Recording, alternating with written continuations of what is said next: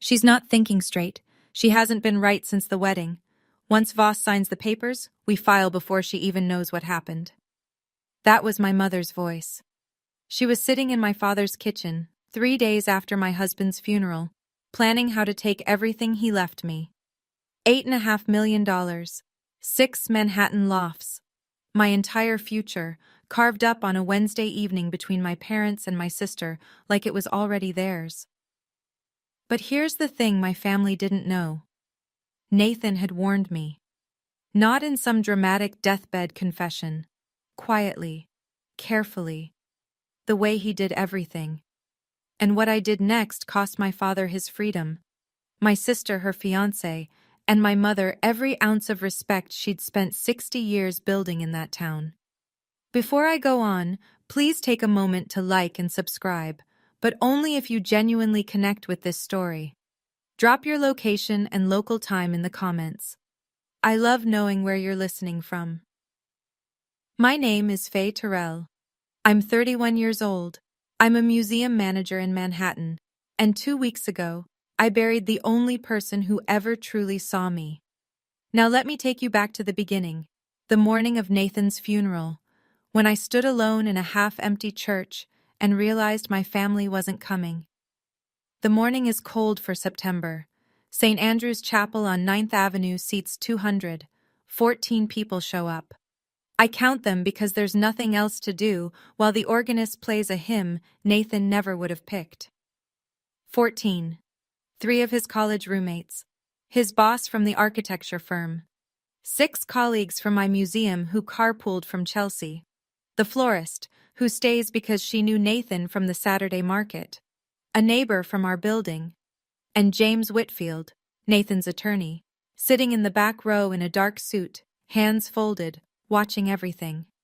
My mother's chair is empty. My father's chair is empty. Chloe's chair is empty. I called all 3 of them. I called Patricia Hobbs, my mother, at 6 a.m. the day Nathan collapsed.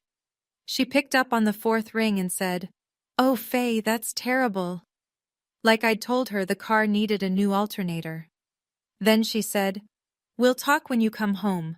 Chloe has a fitting for her engagement dress this weekend, so it's been hectic." My husband was dead. My sister had a dress fitting. I stand at the front of the chapel now and try to say something about Nathan. About the way he folded his drafting paper into tiny cranes when he was thinking. About the 6 years we spent together, and how every single one of them was better than the 25 I lived before him. My voice cracks twice. Nobody from my family is here to notice. Afterward, James Whitfield finds me on the chapel steps. He shakes my hand, firm, steady. "Nathan loved you," he says. He made sure of that. Then, "Come see me Monday, Faye. It's important." I don't understand the weight of those words yet. I will. 2 days later, I drive to Ridgewood. It's a 2.5-hour drive from our Chelsea loft. Nathan's loft, I keep correcting myself. Through the suburban sprawl and into the kind of small-town New York that tourists forget exists. Population 8,000. 1 grocery store, 1 diner, 1 church that runs everything. I pass the wooden sign at the edge of town. Ridgewood Community Church. Gerald Hobbs, Honorary Treasurer. My father's name in gold letters. He's been treasurer for 12 years. In Ridgewood, that's practically a political office. The house looks the same. White siding, green shutters, the porch swing. Patricia repaints every spring. I grew up here. I learned to read here. I also learned that some families have a favorite child, and it isn't always a secret. Chloe had asthma as a kid, mild, managed with an inhaler by age 10. But Patricia never updated the narrative. Chloe was delicate. Chloe needed extra support. Chloe got the bigger bedroom, the later curfew, the car at 16. I got a library card, and the understanding that I could take care of myself. I did take care of myself. Scholarships, Columbia, a career I built from nothing. Nathan. And now Nathan is gone, and I'm driving back to the house I couldn't wait to leave, carrying a copy of his will in my bag. $8.5 million, and 6 Manhattan properties. I haven't told anyone yet. I actually think, that maybe this will be the thing that makes my mother finally look at me and say, "I'm proud of you, Faye." I park in the driveway. The kitchen window is open. And I hear voices. I freeze on the porch steps. My mother's voice comes through the window screen, sharp and organized, like she's reviewing a grocery list. Voss said if we get her here for 72 hours, he can do the evaluation. She just lost her husband. No judge is going to question it. My father. And the money? Chloe becomes guardian. We manage the accounts. Simple.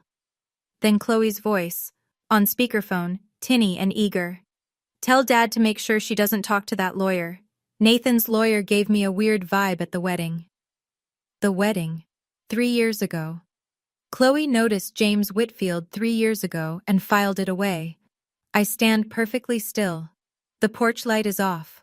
A moth taps against the screen. Inside, my family is discussing how to have me declared mentally incompetent so they can seize control of my dead husband's estate. Patricia again. She'll cry for a week and then sign whatever we put in front of her. She always does what she's told. My hands are shaking. My chest feels like someone is sitting on it. I reach into my coat pocket and pull out my phone. New York is a one-party consent state. I learned that in a compliance seminar at the museum 2 years ago. It means I can legally record any conversation I'm part of. Or, in this case, any conversation happening 3 feet from where I'm standing on a public porch with an open window. I tap record. The red dot glows. My mother keeps talking. My father keeps agreeing. My sister keeps planning a future that depends entirely on me being broken. I have the recording. I just don't know what to do with it yet. I stop the recording, pocket my phone, and ring the doorbell like I just arrived. Patricia opens the door. Her face shifts, from calculation to warmth, in under a second. She pulls me into a hug. Lavender perfume, the same brand she's worn my whole life. My poor baby, she says.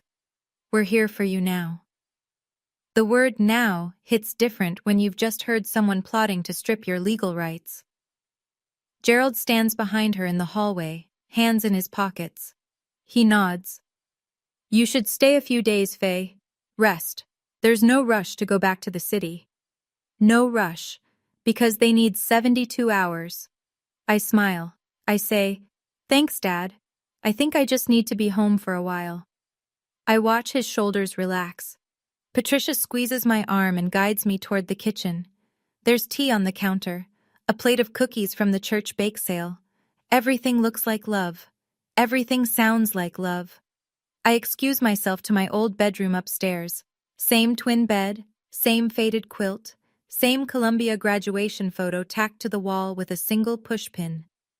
Down the hallway, both walls are covered in Chloe's pictures. Prom, cheerleading, sorority formal, engagement party. 47 framed moments. My graduation photo is 4 inches by 6 inches, and the pushpin is rusting. I lock the door. Call James Whitfield. Voicemail. James, it's Faye Terrell. I need to see you Monday. It's urgent. Please call me back. I sit on the edge of the bed and play the recording through my earbuds. Every word is clear. My mother's voice, my father's voice, my sister's voice. All 3 of them, calm and methodical, planning to erase me. I don't sleep. The next morning, there's a man in the living room I've never met. Patricia introduces him over coffee. This is Dr. Voss. He's an old friend of your father's from college. I thought it might help to have someone to talk to, sweetheart. After everything. Dr. Raymond Voss is 64. Silver hair, wire-rimmed glasses, the kind of cardigan that's supposed to make you feel safe.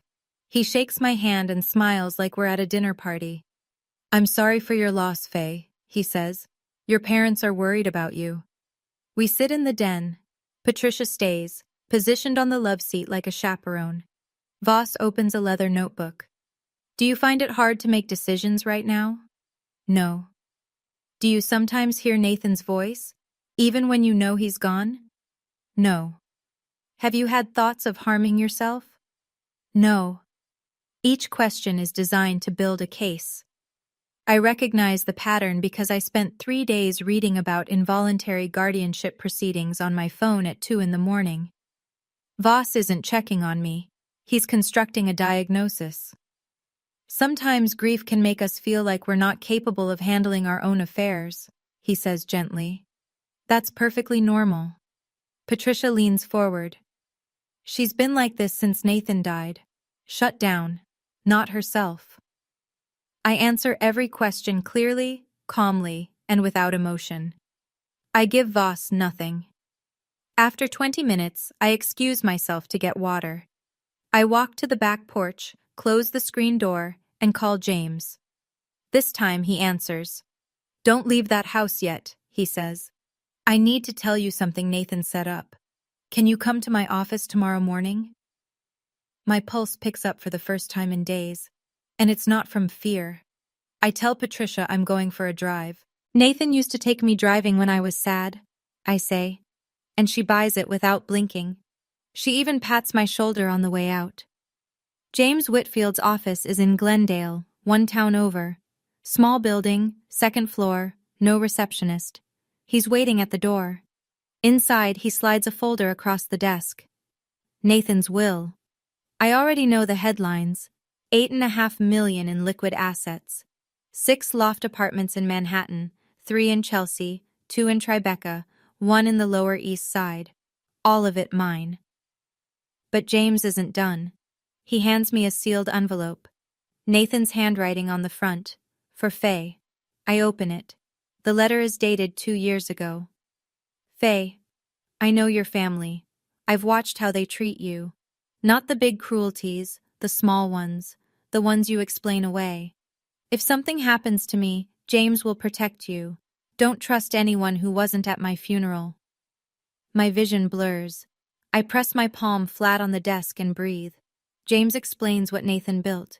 An irrevocable trust. Every asset, the cash, the properties, held inside a legal structure that cannot be transferred through guardianship. Even if a court declared me incapacitated tomorrow, the trust stays intact. James is the trustee. The money doesn't move without his signature and mine together. Nathan came to me 3 years ago, James says, right after your wedding. He said, her family will come for this if I die. Build something they can't touch. I sit in that small office and cry for the first time since Nathan's funeral. I cry because my husband knew me better than I knew myself, and he loved me enough to plan for the worst. James pours me water from a pitcher on his desk and lets me collect myself. Then he opens a second folder. There's something else, he says. Nathan suspected your father had financial problems. Gerald asked Nathan for money 4 separate times during your marriage. Nathan documented every request. He shows me the notes. 4 emails from Gerald, each more desperate than the last. $20,000 for home repairs. $15,000 for Chloe's car. Nathan declined every time and kept the receipts. That's not proof of anything, I say. No, but if Gerald is the treasurer of a non-profit, his tax filings are public record. James picks up the phone and dials. Maggie, I have someone I'd like you to meet. Margaret Kessler, Maggie, is a forensic accountant. She works fraud cases for non-profits across the state.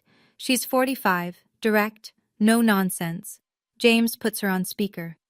Give me 10 days, Maggie says. I'll pull the 990 forms and compare them with whatever financial disclosures the church has on file. If there's a discrepancy, I'll find it. 10 days. The church gala, the annual fundraiser where Gerald delivers the treasurer's report, is in 12. I drive back to Ridgewood with a plan I didn't have this morning. Stay in the house, act grief-stricken. Let Patricia and Gerald believe I'm falling apart. Give Maggie time, give James time. Don't let anyone take my phone. Patricia is in the kitchen when I walk in. Where did you go, honey? For a drive, I say. Nathan used to take me on drives when I was upset. She smiles, satisfied, almost tender. Her obedient daughter, still broken, still manageable. I go upstairs, I lock the door. And I stop hoping my mother will change. I start planning for who she actually is. The next morning, my car keys are gone.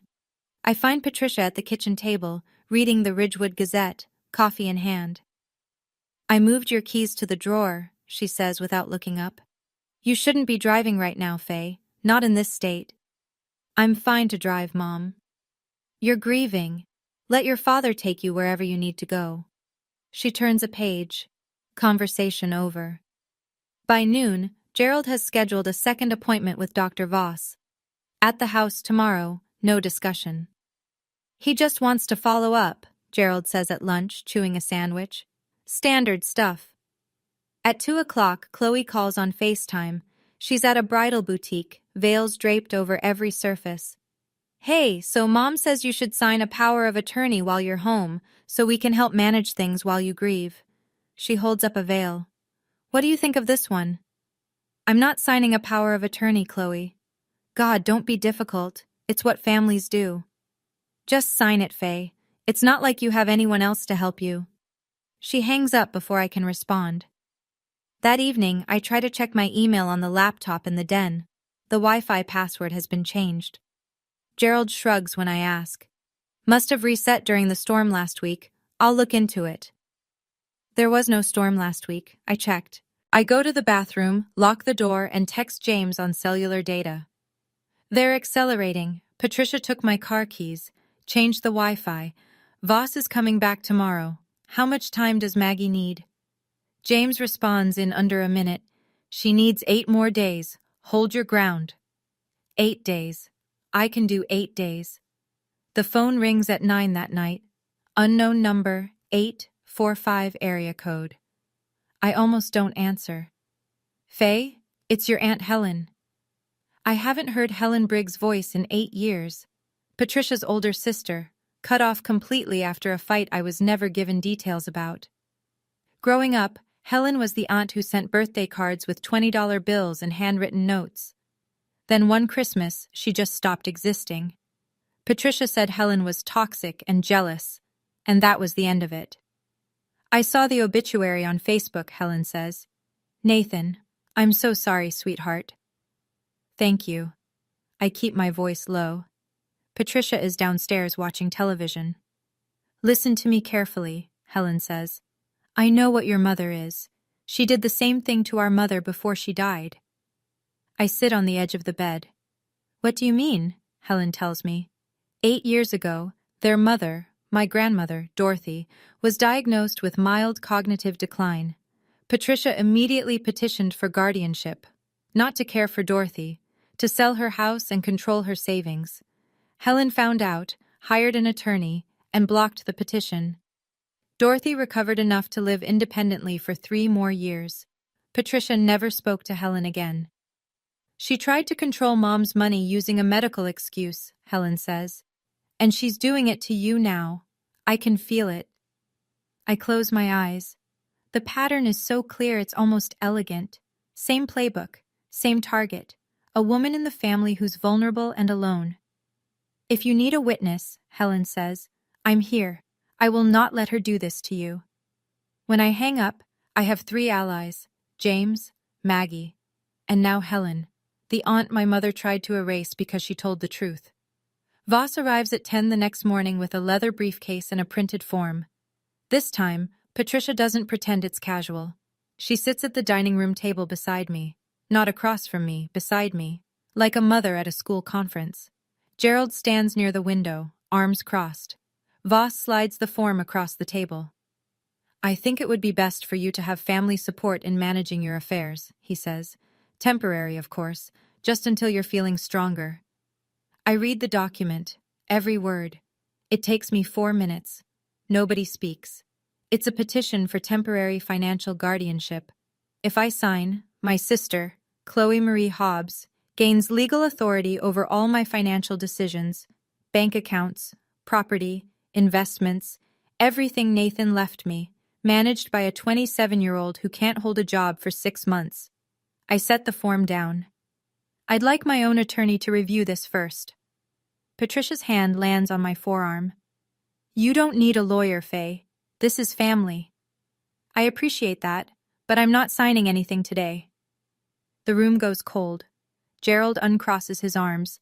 Voss clicks his pen. Patricia's fingers tighten on my arm, just enough that I feel the pressure. "Sweetheart," she says, "we're trying to protect you." Protecting me and controlling me are not the same thing, Mom. I stand up, take the form, and walk to my room.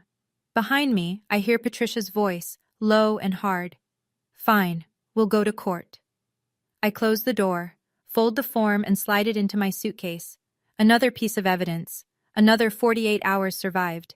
Maggie needs 6 more days. The gala is in 8. I just have to keep breathing. Chloe drives up from the city on Saturday. She brings Ryan. Ryan Alcott is 29, a software engineer, from a normal family in New Jersey. He shakes my hand at the front door and says, "I'm really sorry about Nathan, Faye. He was a good guy." He means it. I can tell because his eyes don't slide away when he says it. Patricia makes lunch. It's almost domestic, almost convincing. Gerald carves a roast. Chloe talks about centerpieces. Ryan asks me about the museum. Then Ryan steps outside to take a work call and the mask drops. Chloe leans across the kitchen island.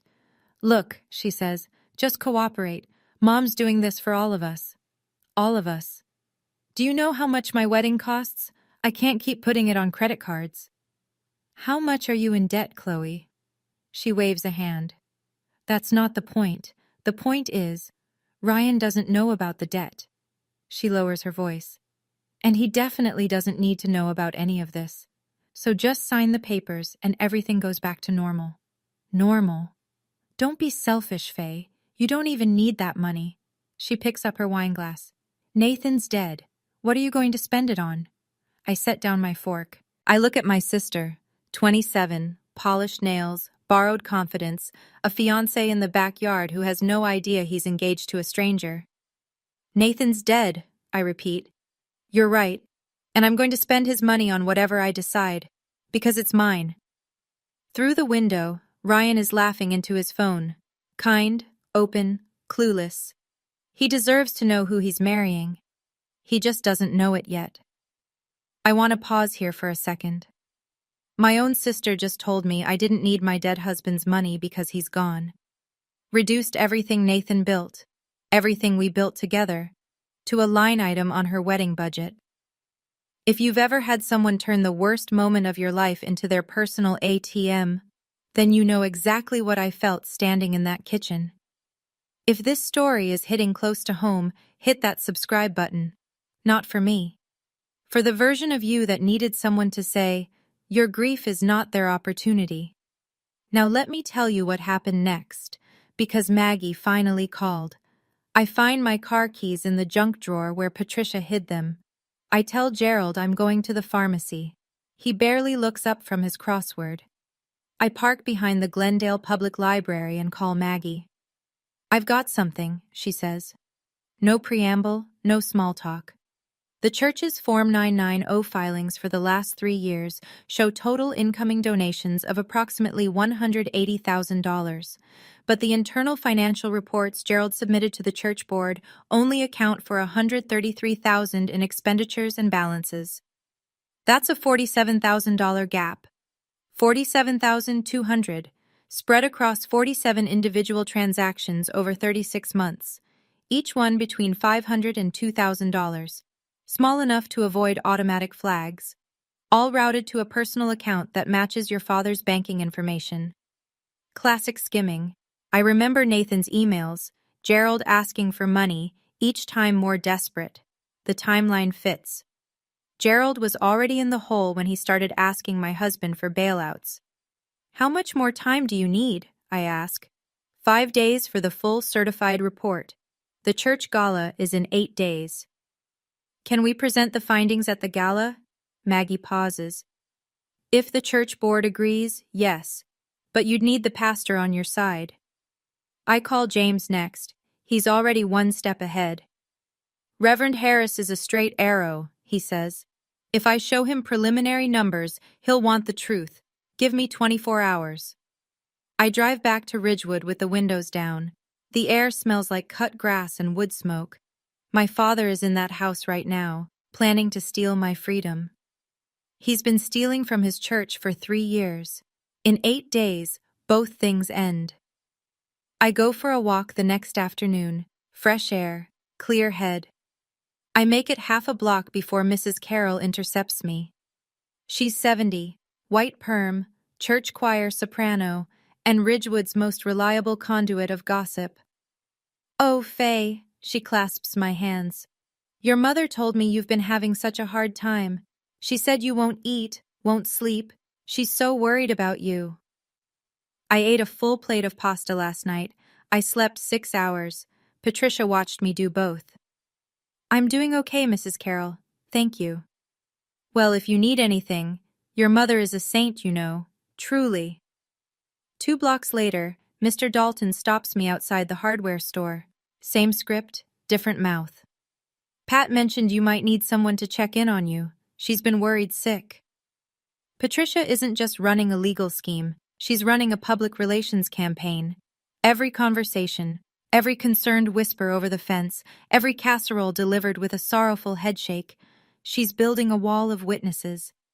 If this goes to court, the judge won't just hear from Dr. Voss. He'll hear from neighbors, church friends, the entire social fabric of Ridgewood, all of them primed with the same message. Poor Faye. She's always been fragile. Losing Nathan pushed her over the edge. I call Helen from the back porch that night. "She's poisoning the well," I say. "She did the exact same thing with Mom," Helen says. "Told everyone in town that Mom was confused and wandering months before she filed for guardianship. By the time I showed up with a lawyer, half the neighborhood was ready to testify against our own mother." Small town, same playbook, different decade. "How did you stop it?" I ask. I didn't wait for permission to tell the truth. Dinner. Pot roast, mashed potatoes, string beans from Gerald's garden. Patricia lights a candle. It could be Thanksgiving if you didn't know better. Gerald sets down his fork. "Faye, we need to talk about the future." Here it comes. Nathan was a generous man, but he didn't understand how families work. There are responsibilities. The house needs a new roof. Your mother deserves a comfortable retirement. Chloe's wedding. Nathan left very specific instructions in his will. Gerald's face reddens. A will can be contested. Under the table, Patricia's hand moves to Gerald's knee. A squeeze, a warning. He takes a breath. "All I'm saying is, there are costs, real costs. And family takes care of family." I set my napkin beside my plate. "What exactly has Mom done for me, Dad?" Silence. The candle flickers. Patricia stands. Both palms hit the table. The plates rattle. "After everything we sacrificed for you, the roof over your head, the food on this table, you didn't come to my husband's funeral." The sentence lands like a slap. Gerald stares at his potatoes. Patricia's mouth opens, closes. "I buried Nathan in front of 14 strangers," I say. "And the 3 of you were here, in this kitchen, talking to a psychiatrist about how to take my money." I push my chair back. I need some air. I walk outside. The screen door clicks shut behind me. In my coat pocket, my phone is still recording. Through the window, I hear Gerald's voice, thin and strained. "She knows. Pat, she knows. And Patricia, she doesn't know anything. She's guessing. She's wrong. I'm not guessing. I'm documenting. 5 more days until the gala." The email arrives at 11:14 on a Tuesday night. I'm lying in bed, scrolling through nothing, when my phone buzzes. From Chloe Hobbs. Subject, timeline. It takes me 3 seconds to realize this wasn't meant for me. Chloe was forwarding an email to Patricia. Our names sit next to each other in her contacts. Faye, then family group, then Mom. She hit the wrong one. The email reads, "Mom, when is Voss sending the paperwork to the court? Ryan is asking about wedding deposits and I need to lock in the venue this month. Here's the updated budget, attached. Everything marked F accounts is what we'll pull once the guardianship goes through. Don't tell Ryan." The attachment is a spreadsheet. I open it. Florist, $4,200. F accounts. Venue deposit, $12,000. F accounts. Photographer, $3,800. F accounts. Dress, final fitting, $6,500, F accounts. Catering, $18,000, F accounts. Total wedding budget, $48,300. Sources, F accounts, F accounts. Phase accounts. My dead husband's money, allocated line by line to my sister's wedding, and she hasn't even gotten the guardianship yet. I screenshot everything, the email, the attachment, the timestamp. I send it all to James with one line. Chloe sent this to me by accident. Premeditation and financial motive. James replies at midnight. This is gold. Combined with your recordings and the audit, we have a very strong case. Don't let her know. I go back to Chloe's email and delete it from my inbox. Then I delete it from the trash folder. If she checks her sent messages, she won't see a bounce back. She won't know. $48,000. My sister planned her entire wedding on money she hadn't stolen yet. 4 more days. Helen checks into the Glendale Motor Lodge on Wednesday afternoon, 6 miles from Ridgewood, close enough to matter, far enough to stay invisible. We meet at a coffee shop on Route 9. Helen is 62, taller than Patricia, broader shoulders, the kind of face that doesn't bother with makeup. She's wearing a corduroy jacket and carrying a manila folder. 8 years of silence, she says, and your mother still hasn't changed her act. The folder contains copies of everything from the guardianship battle over their mother, Dorothy. A petition Patricia filed claiming Dorothy was a danger to herself. Letters from Patricia's attorney demanding control of the house, and Helen's counterfiling. A doctor's report confirming Dorothy was cognitively sound enough to live independently. She tried it with our mother, Faye. Same doctor trick, same isolation, same story to the neighbors. Poor Dorothy, she's confused, she wanders, she needs help. Helen taps the folder. I stopped her then. You're stopping her now. I stare at the documents. The same language, the same strategy, separated by 8 years and 1 generation. Patricia didn't invent a new plan for me. She dusted off the old one. I'll be at the gala, Helen says. I'll sit in the back. I won't say a word until it's time. I nod. My throat is tight. Your grandmother held on for 3 more years after I filed that counter-petition, Helen says. She used to talk about you, said you were the one in the family who got out. She reaches across the table and squeezes my hand. Nathan sounds like he was a good man. He was. Then don't let them take what he built for you. I drive back to Ridgewood with the windows up and the radio off, turning Helen's words over like stones. James meets with Reverend Thomas Harris on Thursday morning. I'm not there. I can't be, not without tipping off my parents. But James calls me afterward from his car.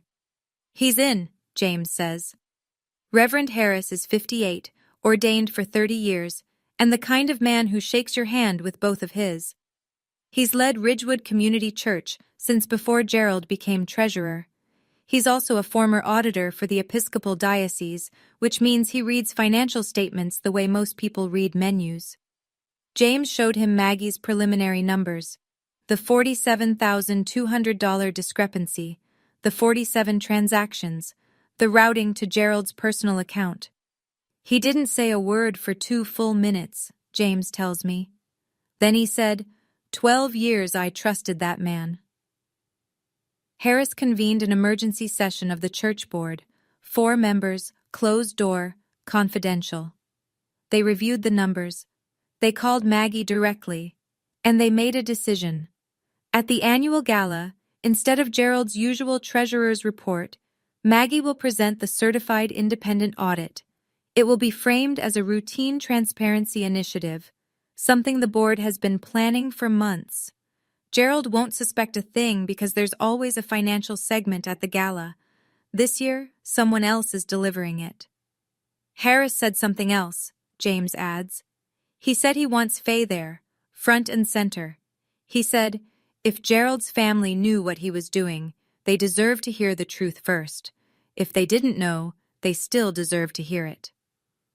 I stand in the Glendale Library parking lot, phone pressed to my ear, and feel the ground shift under me.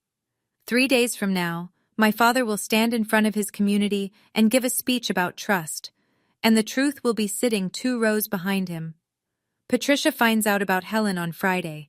Mrs. Carroll, who else, spotted Helen at the coffee shop on Route 9 and reported back within the hour. Patricia is waiting in the kitchen when I come downstairs. "Did you contact Helen?" She doesn't ask it.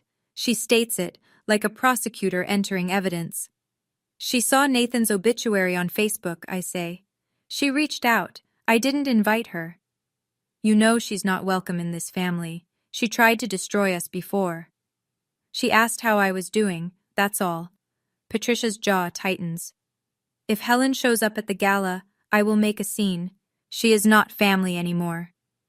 Gerald appears in the doorway, coffee mug suspended. "Why is Helen here? What does she want?" Patricia turns to him with the calm, measured voice I've heard her use on church committees and school boards and anyone who needs to be managed. "She doesn't know anything. She's just here to stir trouble like she always does." But I can see it. The flicker behind Patricia's eyes. She's rattled. Helen is the one person who's beaten her before, and now Helen is 6 miles away. For the rest of the day, Patricia shadows me. She appears in doorways. She checks my phone when I leave it on the counter to pour coffee, but I've locked it with Face ID, and she can't get past the screen. She offers to organize my suitcase. She suggests I rest in the living room where she can see me. She's scared. The question is whether she's scared enough to do something reckless before Sunday. "Helen always wanted to tear this family apart," Patricia says at dinner, to no one in particular. "Don't let her get in your head." I eat my chicken. I say nothing. 2 more days, Saturday night. The gala is tomorrow. Maggie emails the final report to James at 7:42 p.m., 41 pages. 47 flagged transactions over 36 months. Every dollar traced from the church's donation account to Gerald's personal checking account. Total, $47,200. James texts me. "Report is certified. Harris has briefed the board. Maggie will present at 7:30 after Gerald's welcome remarks. Everything is set." I text Helen. "Be there at 7, sit in the back. Don't talk to Patricia until it's time." Helen. "I've waited 8 years for this. I'll be there at 6:30. I go downstairs. Patricia is in the living room, ironing Gerald's shirt for tomorrow. A blue Oxford, his church best. "Your father is giving the treasurer's report at the gala," she says. "The whole town will be there. He's been rehearsing all week." She holds up the shirt, inspects the collar. "He's so proud." "I'll be there too." Her face brightens. "That's wonderful, sweetheart. It'll be good for you to get out." I watch her press the iron over the cuffs. She's pressing her husband's shirt for the night his life unravels, and she has no idea. Part of me wants to feel something about that. Pity, maybe. Or guilt. I go back upstairs. I sit on the bed. I read Nathan's letter one more time. "Don't trust anyone who wasn't at my funeral." James wasn't invited to the funeral, but he was there. Maggie never met Nathan, but she's fighting for what he built. Helen was erased from this family 8 years ago, but she drove 3 hours to stand in the back of a church hall for me. Tomorrow, my father will stand in front of his community and lie, and the truth will be sitting right behind him. I sat in my old bedroom that night and read Nathan's letter for the 10th time. He knew. He knew what they would try. And he built a wall around me anyway, from a place I can't reach anymore. If you've ever had someone love you enough to protect you even after they're gone, then you understand why I couldn't waste what he gave me. We just crossed 200,000 subscribers. Every single one of you matters. If this story deserves a share, send it to someone who needs to hear it tonight. Because what happened at the gala the next evening, even I didn't see all of it coming. Ridgewood Community Church Fellowship Hall, Sunday evening, 7 o'clock. 120 people in folding chairs around circular tables covered in white cloth, mason jars with wildflowers, a banner across the stage, Building Together, annual community fundraiser. Gerald walks to the podium in the blue Oxford shirt Patricia ironed last night. He adjusts the microphone. He smiles. Good evening, everyone. Thank you for being here. Applause. Warm, familiar, automatic. Gerald Hobbs has stood at this podium every September for 12 years. He's as much a part of this gala as the chicken dinner and the silent auction. Patricia sits front row center. Chloe is beside her, Ryan on Chloe's other side. I'm at a table near the middle of the room. Helen is in the back, corduroy jacket, hands folded in her lap. James stands near the side exit. Maggie sits 2 seats from Reverend Harris at the board table. Gerald taps his notes. This church has always been built on trust, and I'm honored to have served as your treasurer for 12 years. We've had a strong year. Donations are up, programs are funded, every dollar accounted for. He clicks to a slide, his slide, the one he prepared, with adjusted numbers and rounded totals.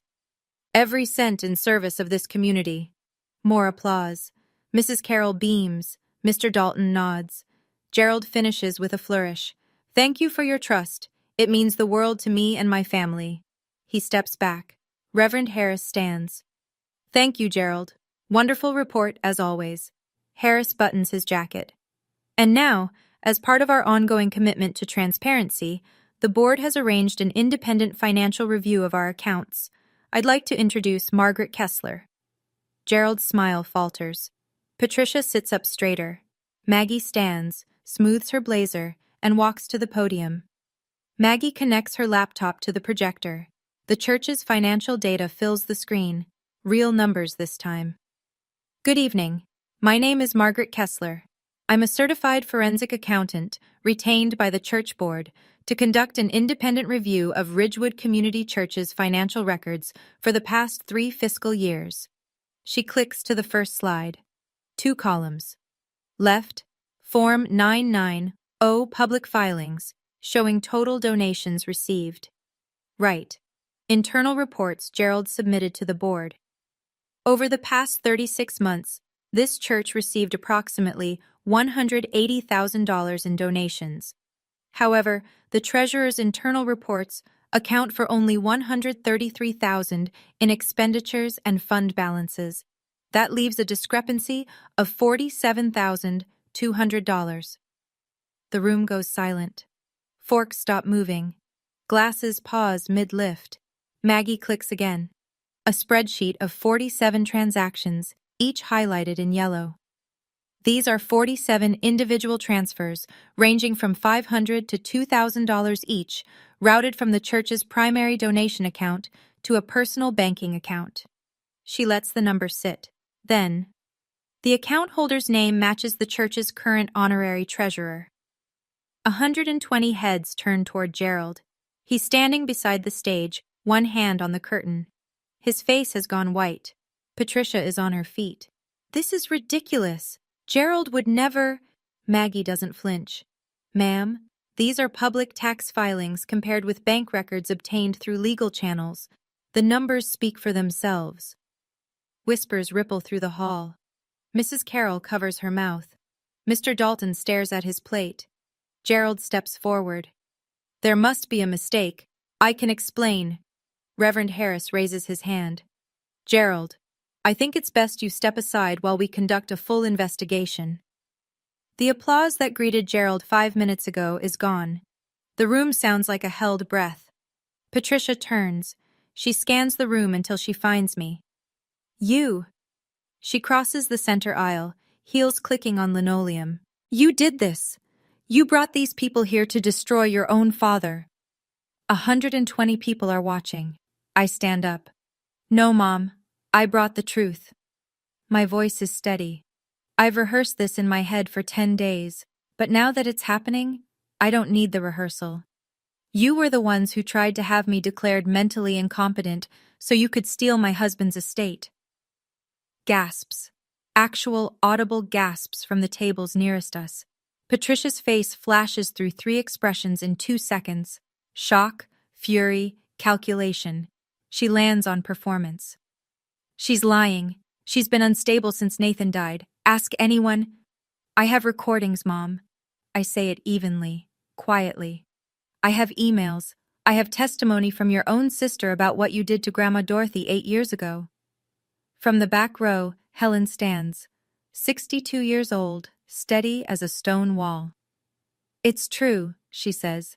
"She tried it with our mother. Guardianship, financial control, the same doctor trick." Helen's voice carries across the silent room. "I stopped her then. Faye is stopping her now." Patricia looks at Helen, then at me, then at the room full of people she spent decades cultivating, charming, performing for. Not one of them moves toward her. Gerald sinks into a chair. His head drops. James walks to Gerald and hands him an envelope. "This is formal notification that Nathan Terrell's estate is held in an irrevocable trust. No guardianship, no court order, and no family petition can alter its terms." I look at my mother. "I didn't come here for revenge. You gave me no choice. That ends tonight." Patricia opens her mouth. Nothing comes out. The room is still processing when Chloe grabs Ryan's arm. "Let's go," she hisses. "This is all lies. My sister is having a breakdown." Ryan doesn't move. He's been sitting 3 feet from me for the past 5 minutes, and he heard every word. The audit, the guardianship petition, the recordings, his fiancée's name attached to all of it. "Is it true?" he says. Not loud, not angry, just clear. "Ryan, come on. Is it true, Chloe? The debt, the guardianship plan, the wedding budget." "It's not what it sounds like. You told me your family was close." Ryan pulls his arm free. "You told me Faye was okay with helping pay for the wedding. You told me your parents were good people." "They are good people. Your father just got caught stealing from a church." Ryan stares at her. "And you were going to pay for our wedding with money you took from your grieving sister." Chloe's eyes are wet. She reaches for his hand. He steps back. I watch Ryan slide the engagement ring off his finger. He holds it for a moment. A simple platinum band, the one Chloe showed off on every social media platform for 6 months, and sets it on the table, gently. No throw, no scene. Just a man putting something down he can't carry anymore. "I was going to marry someone who doesn't exist," he says. He walks out the side door. Chloe turns to Patricia, tears streaking her mascara, desperate for rescue. But Patricia is surrounded, Reverend Harris on one side, Mrs. Carroll on the other, both talking at once. For the first time in her life, Chloe reaches for her mother and finds no one reaching back. The ring sits on the table, catching the overhead light. Reverend Harris takes the microphone. "I want to thank everyone for their patience tonight." His voice is measured, pastoral, the voice he uses for funerals and difficult sermons. "The church board will be launching a full investigation into the financial discrepancies presented this evening. Gerald Hobbs has been relieved of his duties as honorary treasurer, effective immediately. We will cooperate fully with the appropriate authorities." The room absorbs this like a blow to the chest. 12 years of Gerald's name on the sign outside, 12 years of handshakes and Christmas fund drives and community trust, dissolved in a single paragraph. A few people glance at me, not with pity this time. Something else. Respect, maybe. Or the uncomfortable recognition that they believed the wrong person for a very long time. Mrs. Carroll finds me near the coffee table. Her eyes are red. "I'm sorry, Faye. I believed everything your mother told me." She presses my hand. "I should have asked you how you were doing, not her." Gerald hasn't moved from the chair near the stage. He sits with his hands between his knees, staring at the floor. Patricia tried to leave through the main entrance, but a young woman from the Ridgewood Gazette, a journalism student, barely 22, caught her in the foyer with a notepad and a question Patricia couldn't dodge. James finds me by the side door. "The DA's office will want to see Maggie's report," he says. "Embezzlement from a nonprofit is a Class E felony in New York. They'll open a case." "What about Voss?" "I'm filing a formal complaint with the state medical board tomorrow morning. 2 prior complaints plus this. His license is done." I nod. My hands are steady. My chest feels hollow but light, like something enormous just left. James files the complaint against Dr. Raymond Voss with the New York State Office of Professional Medical Conduct on Monday morning. The packet is thorough.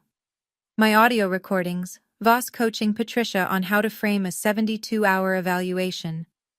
The guardianship petition he prepared with Faye Terrell's name already typed in. Chloe's email confirming Voss was coordinating with the family.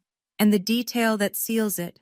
Voss has 2 prior ethics complaints on file, both for inappropriate dual relationships with patients connected to personal acquaintances. With this evidence, James tells me over the phone, he's looking at license suspension at minimum. If the DA finds enough for conspiracy charges, it goes criminal. I'm back in Manhattan by then, sitting in the Chelsea loft, morning light coming through the tall windows Nathan loved. The city hums beneath me. Cabs, construction, someone's dog barking 3 floors down. It sounds like home. James adds, I've also sent copies of everything to your personal attorney as a precaution. If Patricia tries to retaliate with a defamation claim or a counterpetition, you're covered. That afternoon, Gerald's phone rings at the house in Ridgewood. It's Voss.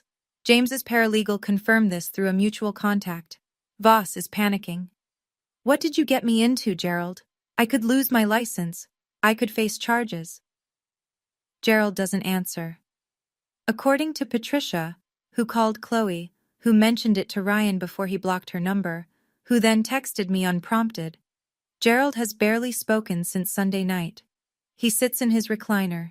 He doesn't eat. He doesn't watch television. He stares at the wall where his church service award used to hang. Patricia took it down Monday morning, before the neighbors could see. The alliance is crumbling, and nobody is reaching for the pieces. The call comes on Tuesday evening. Patricia. I almost let it ring. Then I pick up, because this is the last time and I know it. You've destroyed this family. Her voice is hoarse. Whether from crying or from shouting, I can't tell. Your father could go to prison. Is that what you want? Dad destroyed this family when he stole from the church. You destroyed it when you planned to steal from me. Silence. Then the shift. I've heard it 1,000 times. The pivot from attack to performance. I'm your mother, Faye. Softer now, wounded. Everything I did was because I love you. Every decision, every sacrifice. You don't understand what it costs to raise 2 children. You weren't at Nathan's funeral, Mom. And keep a family together when money is tight and your husband. You weren't at Nathan's funeral. I say it again, slower. You were in this kitchen, with Dad, with a psychiatrist you hired to take away my rights, while my husband's body was still warm. Nothing. That's not love. That's not sacrifice. That's a plan. I hear her breathing, quick, shallow. I wait. Faye. Her voice drops to a whisper. Please, I'm your mother. And I'm your daughter. But you treated me like an account to be managed, not a person to be loved. And I'm done. More silence. I let it stretch. I've spent 31 years filling Patricia's silences with excuses, apologies, accommodations. I'm finished filling them with anything. I'm going back to Manhattan, I say. Don't contact me unless it's through a lawyer. I hang up. My hand is steady. My chest aches, but it's the ache of a bone resetting, not breaking. There's a difference. I used to think love meant enduring. Now I know it means choosing yourself when no one else will. Wednesday morning. I pack my suitcase in the room I grew up in for the last time. I fold clothes. I zip compartments. I check the nightstand drawer. Empty. I check the closet. Bare. Then I look at the wall. The Columbia graduation photo is still there. 4 inches by 6 inches, 1 rusting pushpin. I took that picture on a bright May afternoon, alone, holding the camera at arm's length because nobody came to the ceremony. I mailed a copy to Patricia. She tacked it here and never mentioned it again. I pull the pushpin out and slide the photo into my bag. Downstairs, the house is quiet. Gerald's recliner is empty. Patricia's coffee mug sits unwashed in the sink. I don't know where they are, and for the first time in my life, I don't need to. I lock the front door with the spare key and leave it under the mat. The drive out of Ridgewood takes me past the church. I slow down without meaning to. The wooden sign by the road has been updated. Gerald's name is gone. The gold letters have been scraped off, leaving a pale rectangle where 12 years of false trust used to be. I merge onto the highway, 2.5 hours to Manhattan. The drive feels shorter than it did 2 weeks ago, maybe because this time I'm driving towards something instead of away. The loft is quiet when I get home, sun through the tall windows, Nathan's drafting table in the corner, still covered in paper cranes. On the kitchen counter, flowers from Maggie, white peonies, no card needed, an envelope from James. Nathan would be proud. And a text from Ryan Alcott. I'm sorry for what my ex-fiancé's family did to you. Thank you for the truth. I set my bag down. I'm home. 3 months pass. Here is what happens. Gerald pleads guilty to embezzlement from a non-profit organization, a Class E felony under New York law. His attorney negotiates full restitution of $47,200 to the church in exchange for a reduced sentence. The judge grants 3 years of probation and 200 hours of community service. Gerald Hobbs, honorary treasurer for 12 years, now picks up litter on the county highway every Saturday morning. Dr. Raymond Voss's medical license is permanently revoked by the New York State Office of Professional Medical Conduct. The board cites a pattern of inappropriate dual relationships and willful participation in a fraudulent competency evaluation. The DA's office opens a separate investigation into conspiracy to commit fraud. Voss hires a criminal defense attorney. His practice closes. Patricia is not charged.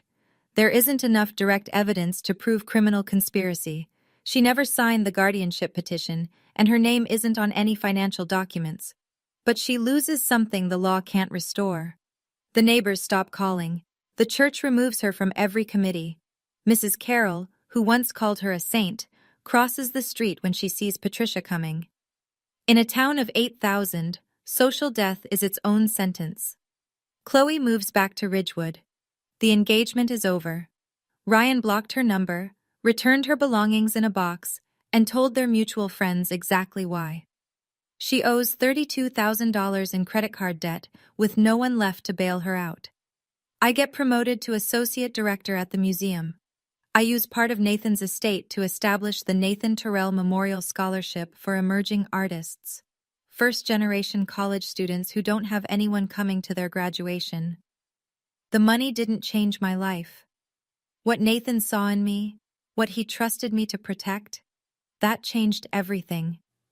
James calls me on a Friday afternoon in December. Nathan left one more thing, he says. He asked me to give it to you 3 months after everything's settled. I drive to James's office in Glendale. He's waiting at the door, same as the first time, except now he's almost smiling.